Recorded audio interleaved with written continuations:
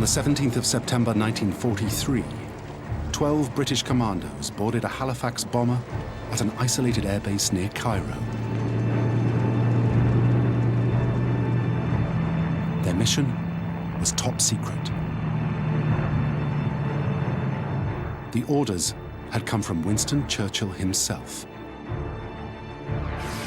to land behind enemy lines in German-occupied Yugoslavia and make a deal with the communist resistance led by Joseph Tito.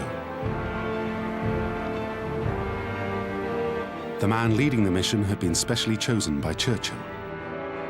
He was a soldier, a politician, and an aristocrat, Fitzroy McLean.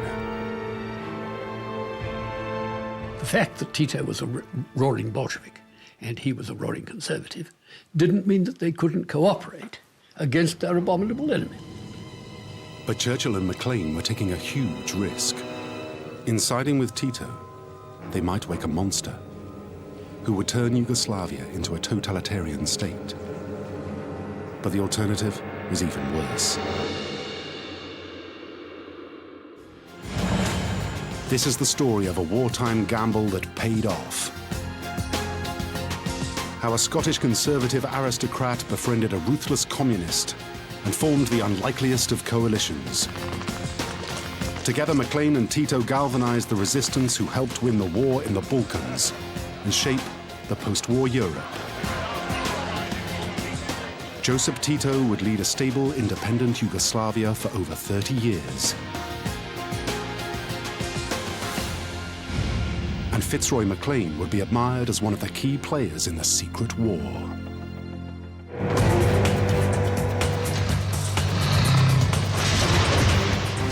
On the 6th of April 1941, the Axis armies of Germany, Italy, Bulgaria, and Hungary invaded Yugoslavia.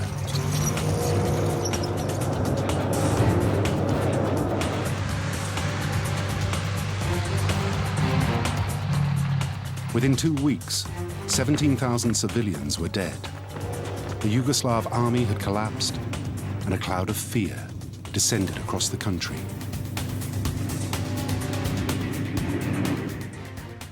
Bato Tomasevich lived with his family in the Montenegrin town of Cetinje. I heard a noise of planes approaching Cetinje. And I ran out in the courtyard. So I called my brother, and there was a girl from school. We saw some small black spots coming out of the planes. My brother recognized that these were bombs. And the bomb exploded right in the courtyard. Both my brother and myself were saved, but the girl was hit by a bomb and disappeared.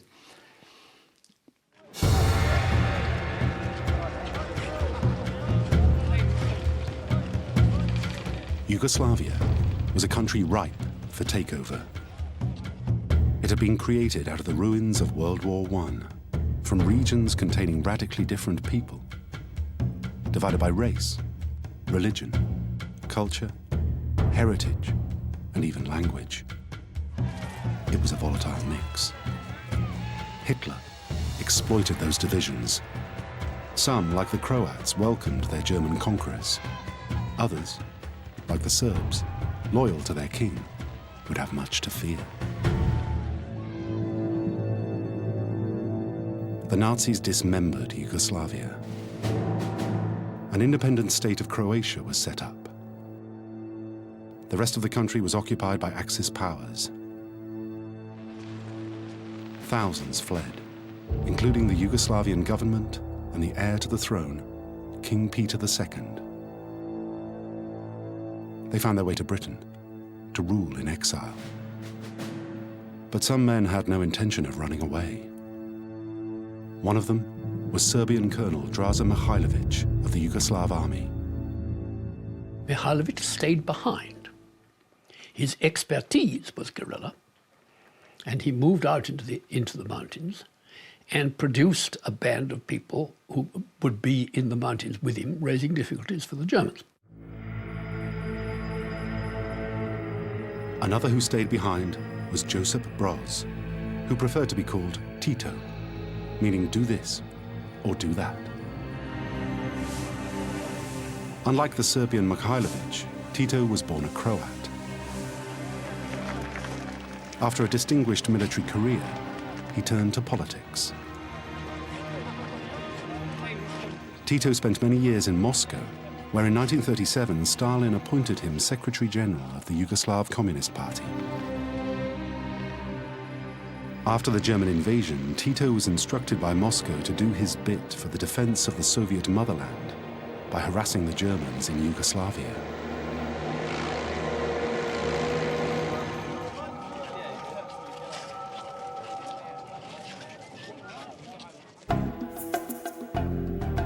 So Tito began recruiting a guerrilla force. Drawn from all over Yugoslavia, they became known as simply the Partisans. Tito's communist ideology attracted people across national divides. By late 1941, the Partisans numbered 80,000. They were based in the forest near the town of Jatse. 120 miles east of them were Mihailovic's guerrillas in the Serbian hilltop town of Ravna Gora.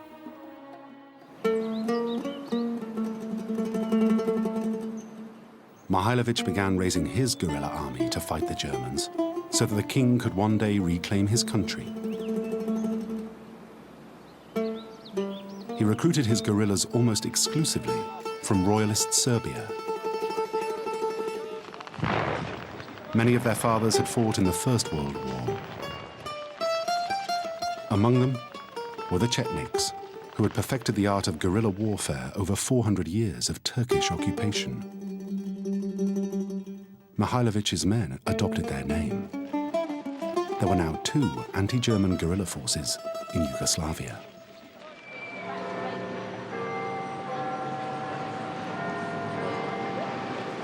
The problem for the British was which of these 2 forces should they support? The natural choice for Churchill and his war cabinet was to back Mihailovic. He was a royalist and he hated communism like Churchill. But soon the situation would become even more confusing.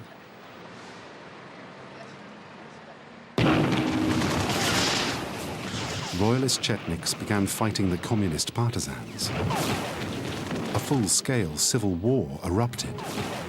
Thousands were slaughtered.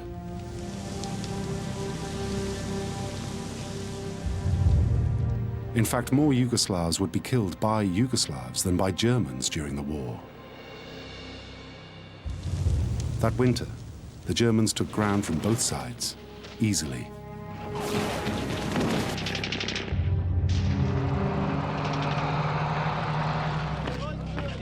News of the conflict reached London, where the Yugoslav government in exile begged the British to help Mihailovic.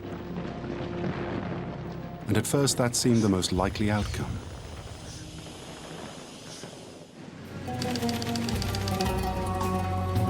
Then 2 pieces of information changed everything. British intelligence headquarters for the Balkans was based here in Cairo, Egypt, where Colonel Cleveland Keeble had been studying the efforts of Mihailovic's Chetniks.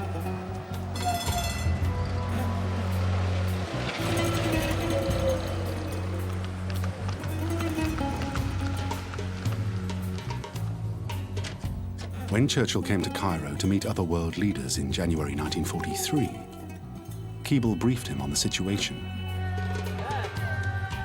He told him that he had evidence that Mihailovic was ineffective in fighting the Germans, and perhaps Tito might be a better bet.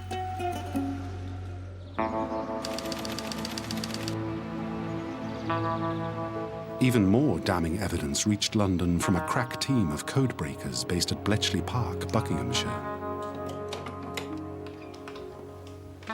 They intercepted traffic from German radio transmissions all over Europe on captured Enigma machines.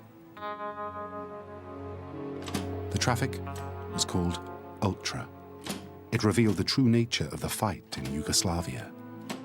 Ultra made it clear that Mihailovic and the Italians were getting on quite well, and the Germans were not much afraid of Mihailovic. They were, on the other hand, terrified of Tito, who was killing a lot of them. So Churchill made a momentous decision. He would ditch Mihailovich and back Tito.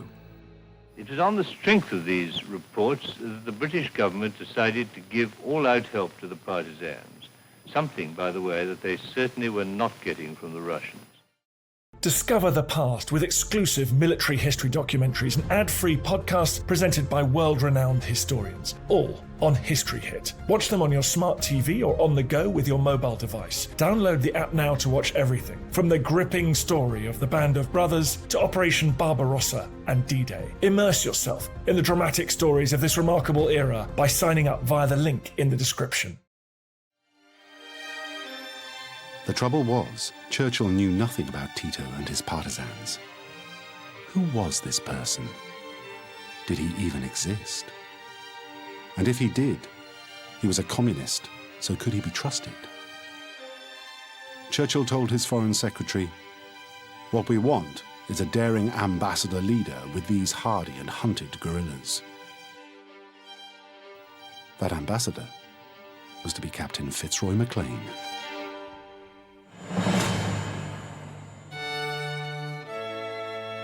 Fitzroy McLean was perhaps the least likely person to ask to make a deal with a communist. In fact, he hated them. He was born on the 11th of March 1911 into one of Scotland's oldest Highland families. His was a family fiercely proud of its military traditions, one which stretched as far back as the Jacobite Rebellion. The family motto was, "Thank God, I'm a MacLean." He went to Eton and then studied Latin, Greek, and German at Cambridge. And when he graduated, could have done anything. But he chose to join the elite ranks of the diplomatic service.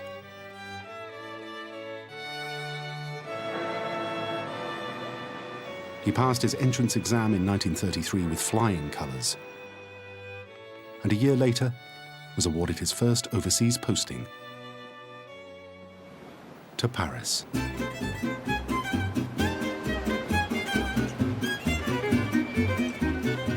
MacLean's next 5 years as a diplomat abroad would influence the rest of his life.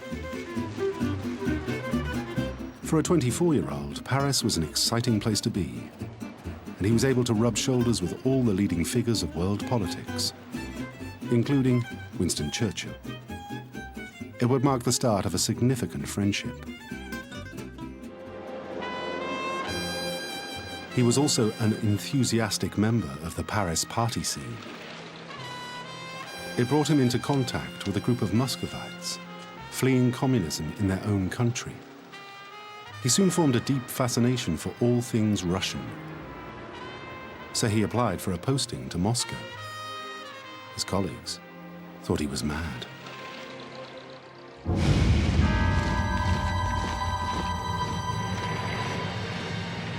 MacLean arrived in Russia at the height of Stalin's murderous Great Purges. Under Stalin's orders, thousands of senior Communist Party members were executed. They included Lenin's close friend and founding member of the party, Nikolai Bukharin.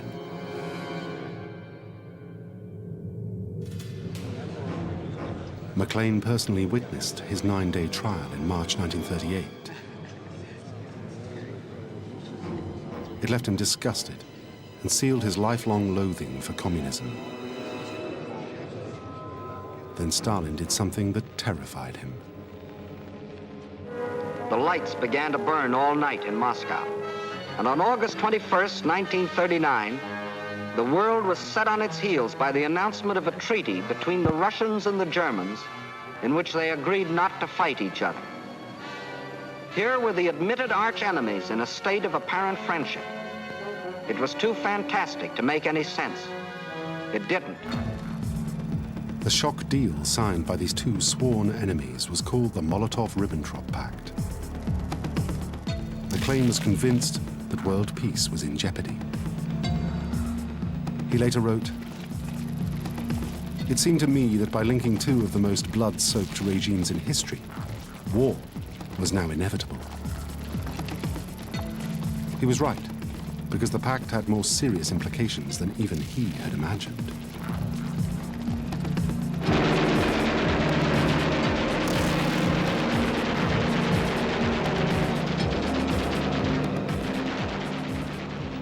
In September 1939, Hitler invaded Poland.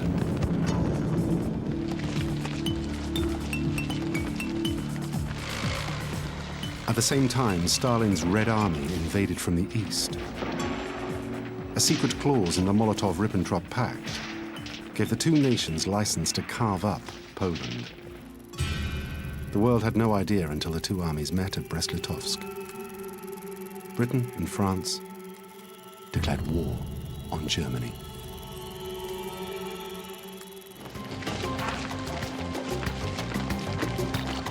Fitzroy McLean raced back to London desperate to join up. But as a member of the Foreign Office, he wasn't allowed to. So he spent 2 frustrating years in London.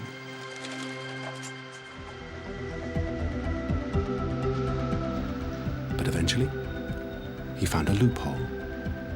By standing for Parliament, he'd be obliged to resign from the Foreign Office. When Winston Churchill heard of the manner of McLean's resignation, he jokingly accused him of using the Mother of Parliaments as a public convenience.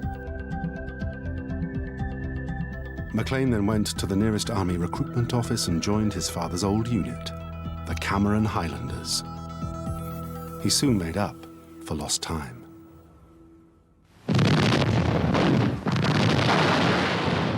McLean was posted to North Africa, where he joined the newly formed SAS. He also met and became great friends with Winston Churchill's son, Randolph.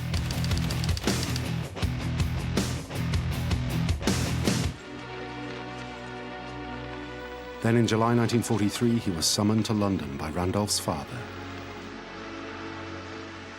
From there, the recently promoted brigadier was driven to the Prime Minister's country estate, Chequers, in Buckinghamshire. When the two met, Churchill was unequivocal about McLean's mission: to find out who Tito was and win his trust. I said, what is the purpose of my mission? And he said, well, first and foremost, it's military, to find out, quite simply, who is killing the most Germans and how we can help them to kill more. And I said, what about the political implications? These people are communists. And he said, they are secondary. During the meeting, events on the other side of Europe made McLean's mission even more urgent. Allied troops took this vital rock in the summer of 1943. The effect of Sicily's fall was electric.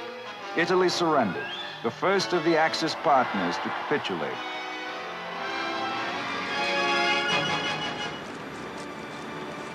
On the 8th of September, Italian troops laid down their arms and marched home, including those in Yugoslavia.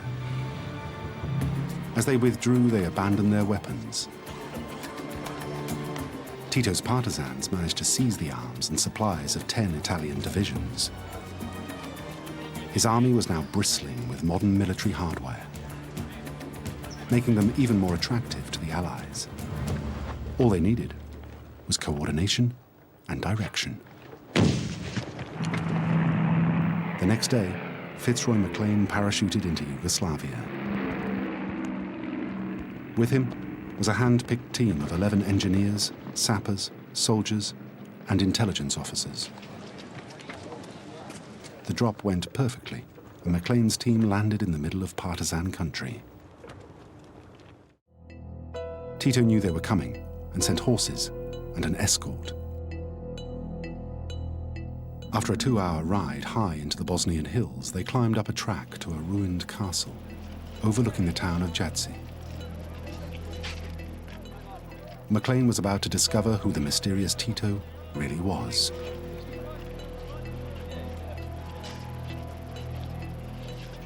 He spoke in 1964 about the moment they first met. Tito in those days was a shadowy figure as far as the outside world was concerned.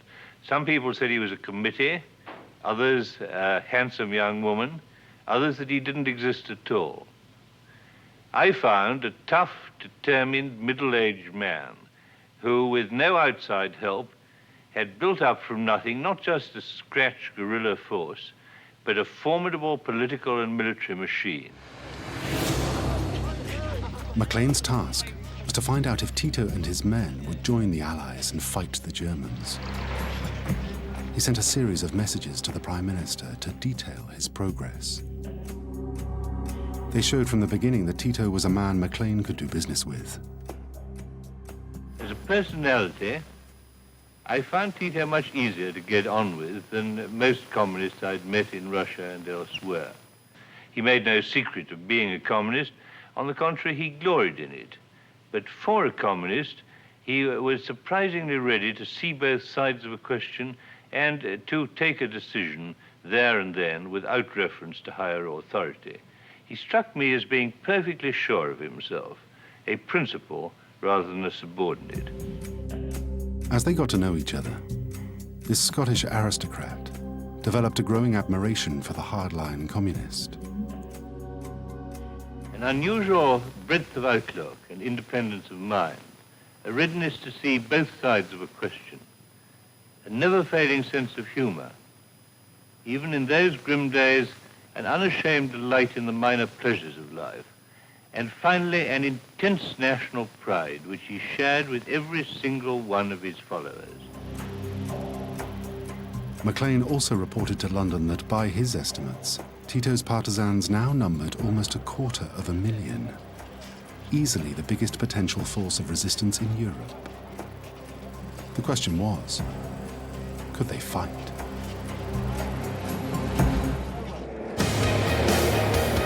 Because by late 1943, the Allies needed them. In Italy, American and British forces were driving north, but facing stiff German resistance. McLean received a message from Supreme Allied Commander in Italy, General Maitland Wilson, known as Jumbo. The Trieste-Ljubljana railway was a key supply line for the German army in Italy. Jumbo told McLean to get Tito's men and sever that line.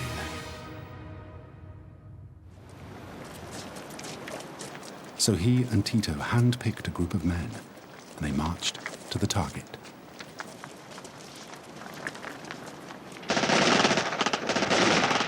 The railway was heavily guarded, but McLean and the partisans managed to fight their way through and set their charges.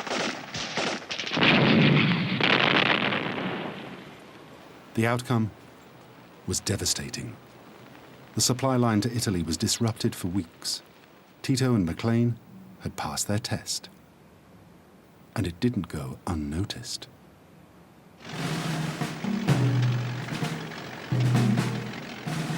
On the 1st of December 1943, Allied leaders Roosevelt, Stalin, and Churchill met for the first time in Tehran.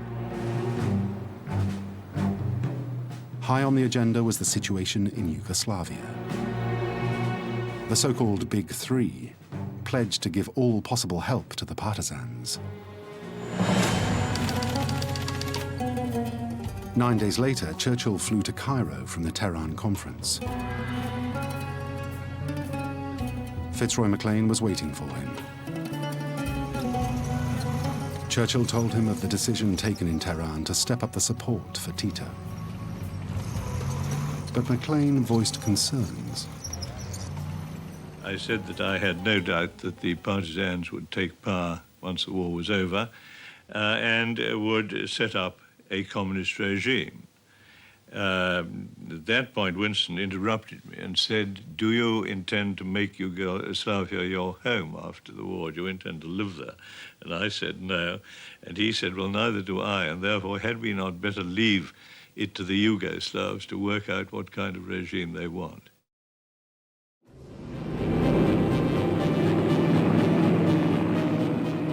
McLean returned to Yugoslavia with a clear mission: to rearm and motivate the partisans and drive the Germans out of the country. This time, Churchill's son, Randolph, was on the mission. McLean had requested his presence, considering him thoroughly dependable, possessing both endurance and determination. Churchill went partly out of the spirit of adventure and partly because his father asked him to, sending his son a sort of pledge to Tito of how strongly he was going to support Tito and Tito's cause. Tito, I think, was touched by this. McLean told the partisans to prepare safe landing strips because the Allies were on their way. Bato Tomasevich was one of 18 teams who prepared the runways. I was assigned with a group of about 10 partisans to go on to a part where was an improvised airport created. Our job was to cut wood during the day and to put it around so that we could light a bonfire at midnight when the British transporter would arrive.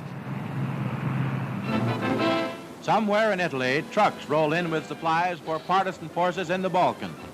Here, at a secret airport, American and British forces are cooperating with Yugoslav guerrillas to maintain this efficient and vital supply line. The partisans had no idea how much equipment they were about to get.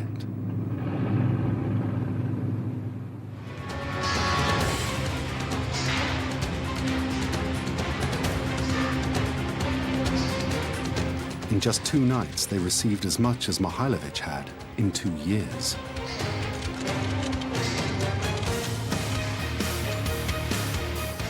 Within just a few weeks, British and American planes had delivered or dropped 100,000 rifles, 50,000 machine guns, 1,380 mortars, over 600,000 grenades, almost 100 million rounds of ammunition, 700 radio sets, and 250,000 pairs of boots.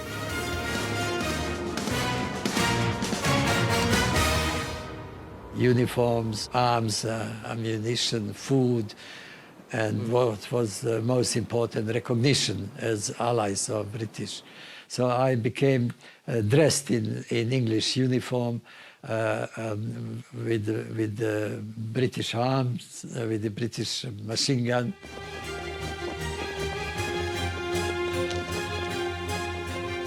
With American involvement came the propaganda machine. Partisans were followed everywhere by film crews. The conflict in Yugoslavia suddenly acquired glamour. Women fight side by side with the men, marching against the enemy wherever found.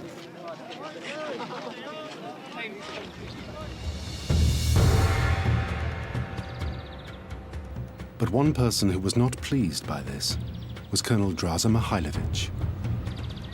So the royalist Serbian guerrilla leader, still hiding out in the mountains with his Chetniks, tried to win back British favor. His territory straddled a key German supply line, the railway to Greece. He ordered his men to destroy a bridge on that line.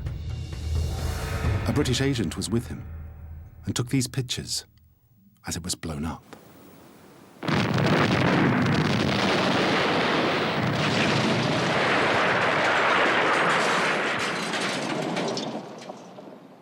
But the operation backfired when the credit was given to Tito's partisans.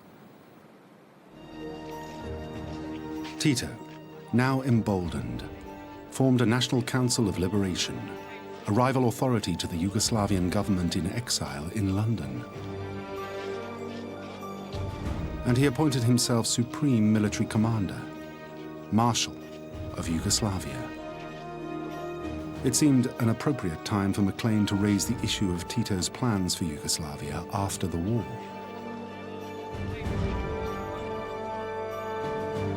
At first, McLean received reassuring answers.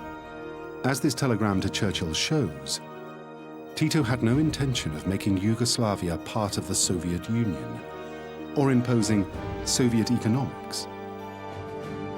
Now that they had nothing to fear, the order was given that all British contact with the Chetniks must cease.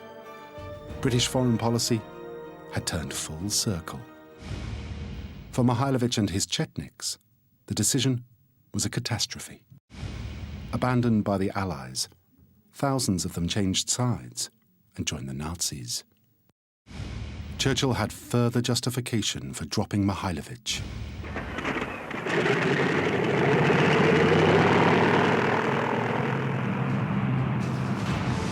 Now the operation entered a new phase.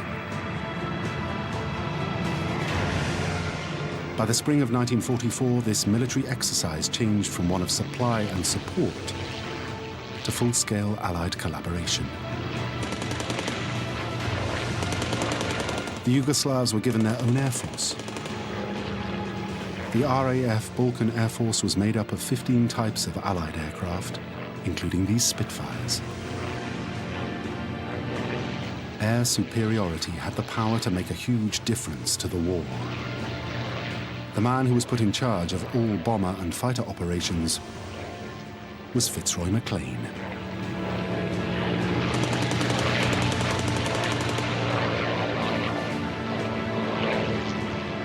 Not only could he now coordinate all future supply drops to the Partisans, but he could also plan to attack strategic targets from the air. He would later say the Air Force gave him an incalculable advantage in obtaining quick results.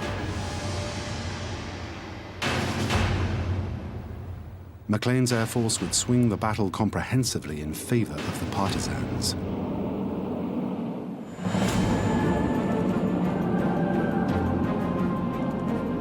After the Air Force came the ground troops. British and American commandos were dropped into the country to train and fight with the Partisans. Here, Fitzroy McLean inspects and addresses some of the Allied troops after their arrival. They trained the Partisans like a professional army, preparing them to retake their country. But other events were moving just as fast. The men on the ground pushed north, and in 3 weeks were in Rome. By the middle of 1944, it was clear that the Germans were losing the war. In Italy, Rome had fallen.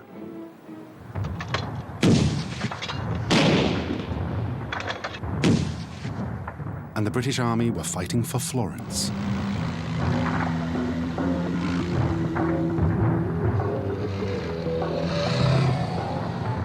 In the east, the Russians were advancing rapidly, rolling back German gains.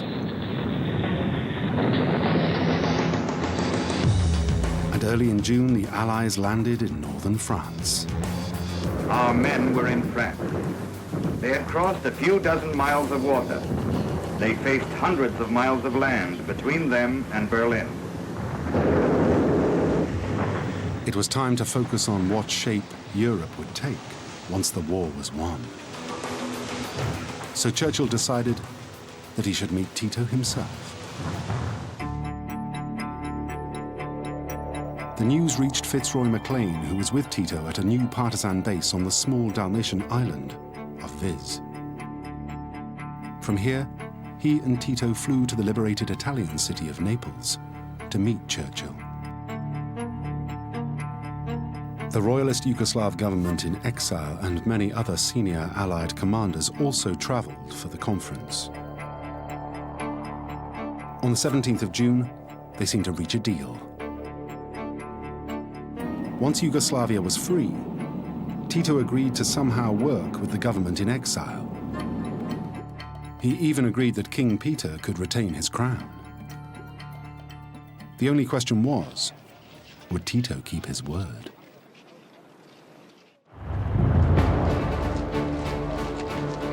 By now, the war in Yugoslavia was nearing its climax. In September 1944, Stalin's Red Army crossed the border into Yugoslavia and raced towards the capital, Belgrade.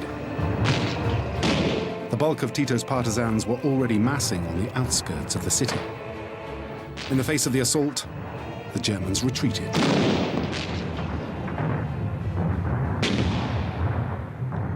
With liberation on the horizon, Fitzroy McLean wanted the partisans to attack the Germans as they withdrew. The railway line near Leskovac in Serbia was the first target. Leaving Tito in his headquarters, McLean assembled a force of men and led them on a march to the town. He was joined by his old friend Randolph Churchill and the famous novelist Evelyn Waugh, a new recruit who trained as a commando. As they reached the outskirts of Leskovac, McLean called in Allied bombers to unleash their deadly cargo.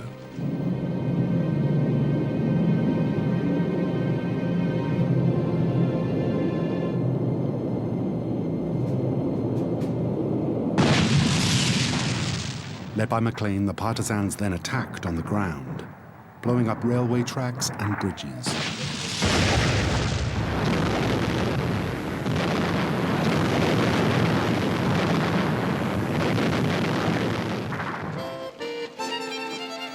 Partisans were now taking control all over the country. Bato Tomasevich had joined them at the age of 15.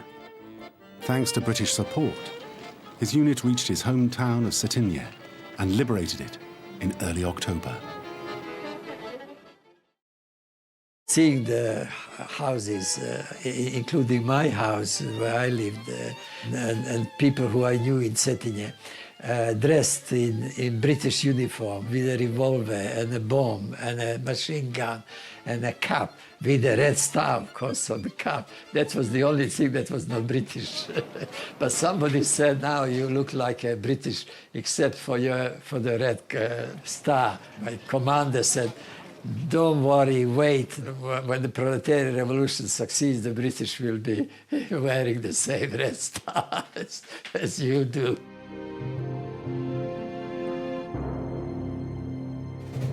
Just a few miles west of Cetinje, Fitzroy McLean and his men marched on looking for new targets. But a messenger caught up with them.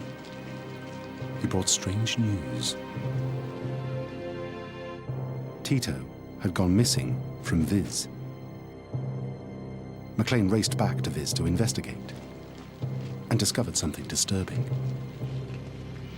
An unidentified aircraft had landed at Viz and taken off again with Tito on board.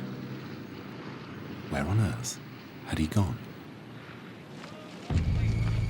McLean thought that Tito had traveled inland to coordinate the final battle for Belgrade. Realizing that the end of the war was near, he grabbed a small team and headed for the city himself.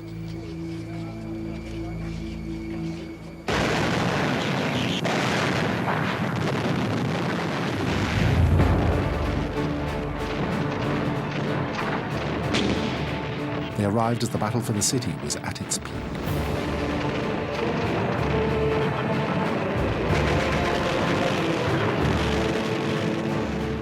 A 150,000 German soldiers tried to defend the city, including from a flotilla of anti-aircraft boats on the River Danube.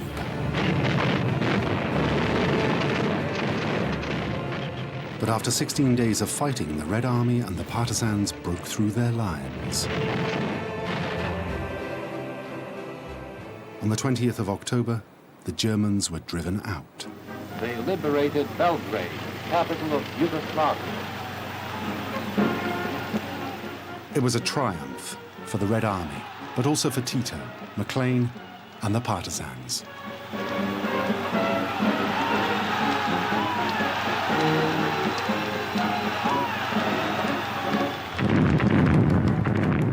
But the fighting was far from over. As the Germans withdrew, they conducted a scorched earth policy, destroying everything in their wake. They retreated to a line 30 miles north of Belgrade, committing atrocities as they went. When Belgrade was liberated, I was stationed in Belgrade. The job of my unit was just like in Montenegro, to go around with a list of people, names and faces, photos, and look for people we can identify as criminals. But his mission took him dangerously close to German lines. We arrived practically by mistake right into the German front, into the German front. The Germans started firing at us. And our driver turned and the vehicle overturned, and I hit my head against a sharp rock. His comrades found another vehicle and rushed him to a field hospital in Belgrade. I only heard somebody knocking at my head, and as though somebody was hitting with some sharp object. When eventually I regained consciousness, I was told that I had been injured, and the doctors tried to clear it by using simply a hammer and a chisel. Tomasevich was gravely ill. Medicine was in short supply. He would simply have to wait his turn for treatment. But then he had a stroke of luck. Her name is Stana Tomasevich. When questioned as to how many Germans and Chetniks she has killed, she calmly said with a slight smile and in a modest way, "I have killed some." Bato's sister Stana was leader of one of the partisan youth brigades. She'd heard about her brother's injuries and raced to be with him. Using her influence, she had his treatment prioritized, even donating her own blood to save him. After 3 months, in agony, he began to recover. It was the end of the war, but the beginning of a new start for his country. I am very proud that I have been in the Partisans, that I have fought in the Partisans. I have not contributed very much, but at least my family did.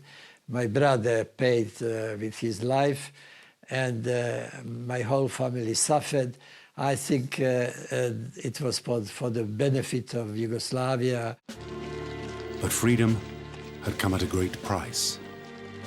To rid Yugoslavia of its occupiers, almost 250,000 partisans had died, and nearly 400,000 had been wounded.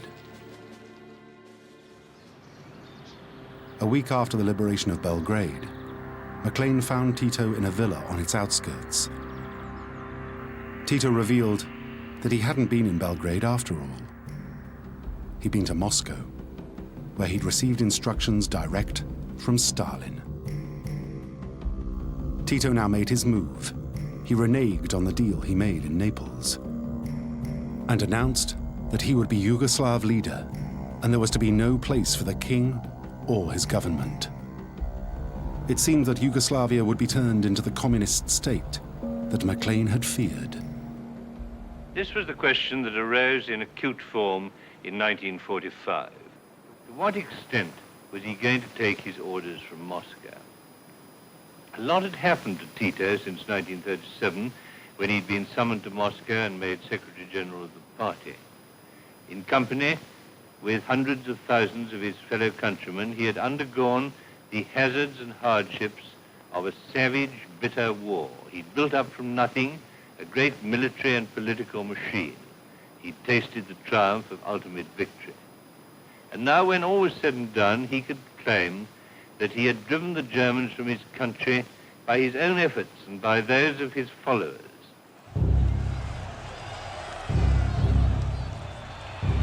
The first signs of the kind of leader that Tito would be were alarming. He embarked on a campaign of revenge against the Chetniks. On the 13th of March 1946, his old rival, the Chetniks' leader, Draza Mihailovich, was captured. He went on trial on the 10th of June. He was charged with collaborating with the Germans. His defense was that he had been placed in an impossible position. To save his men and his own skin, he had had to keep all possibilities open. But the judges found him guilty and sentenced him to death. At the same time, on the other side of the Atlantic, Churchill warned of the spread of communism throughout Europe. From Stettin in the Baltic to Trieste in the Adriatic, an iron curtain has descended across the continent. Behind that line lie all the capitals of the ancient states of Central and Eastern Europe. the communist parties, which were very small in all these eastern states of Europe, have been raised to preeminence and power far beyond their numbers and are seeking everywhere to obtain totalitarian control. So had Churchill and McLean made a terrible mistake? Should they have continued to support Mihailovich after all? The decision to switch sides looks even stranger when the activities of this man were uncovered. James Klugman was working for British intelligence in Cairo in 1942. It was he who compiled the reports that ultimately influenced Churchill to ditch Mihailovich and support Tito. And it's now known that those reports were biased in favor of Tito. Klugman exaggerated the numbers of partisans under Tito's control and the effectiveness of their attacks on the enemy. In 2002, Klugman was revealed as a devout communist who was at university with the infamous Cambridge 4 spy ring before the war. But despite McLean's fears that Yugoslavia would come under the influence of Moscow behind an iron curtain, Tito would in fact steer a completely independent course from that of Stalin and the Soviet Union. Yugoslavia would become more peaceful, stable, and affluent than its communist neighbors. That may have been partly due to the efforts of Churchill and Fitzroy McLean. In the long term, I think the fact that he had a connection with Churchill during the war encouraged Tito to believe that he mustn't remain necessarily under Stalin's heel. And when Stalin tried to bully him, he flounced out. For a man born into such a divided country, Joseph Tito managed the seemingly impossible. Irrespective of race, religion, or language, Tito united his people with his own brand of communism and kept the peace for over 30 years. Tito seized power after 3.5 years of bitter fighting, much of it against his own people. He remained in power despite the determined efforts of the Russians to overturn him. He is a revolutionary with a revolutionary program put through. Much of his life has been spent, both figuratively and literally, on the barricades. Tito's remarkable achievements were highlighted when, within only 11 years of his death in 1980, Yugoslavia tore itself apart again. As for Fitzroy McLean, he returned to Britain to take up his seat in the House of Commons. He remained devoted to Yugoslavia and Tito for the rest of his life. McLean and Bato Tomasevich met for the first time in 1953. But Tomasevich's story would be even more extraordinary. He became a diplomat working in Tito's government. And he was one of the very few survivors of the aircraft which crashed on takeoff in Munich in 1958, killing many of Manchester United's Busby Babes. Fitzroy McLean and Bato Tomasevich remained friends until McLean's death in 1996.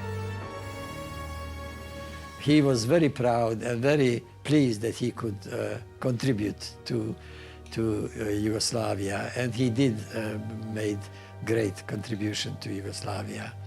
Without Fitzroy, it would not have been the same place